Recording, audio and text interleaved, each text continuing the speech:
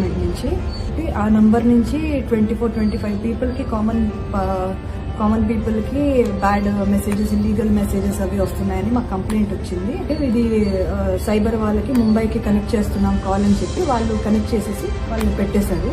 Police యూనిఫామ్తో ఉన్న police officers మాకు స్క్రీన్లో కనిపించి ఏమైంది అని అడిగితే ఇలాగా వేరే నంబర్ నుంచి ఉన్నాయంట, మాకు టెలికాం డిపార్ట్మెంట్ నుంచి కాల్ వచ్చింది అంటే వాళ్ళు మేము చెక్ చేస్తాము అది కరెక్ట్ కాదా అని చెప్పి 1 minute టైం తీసుకొని నిజంగానే టెలికాం డిపార్ట్మెంట్ నుంచే వచ్చింది.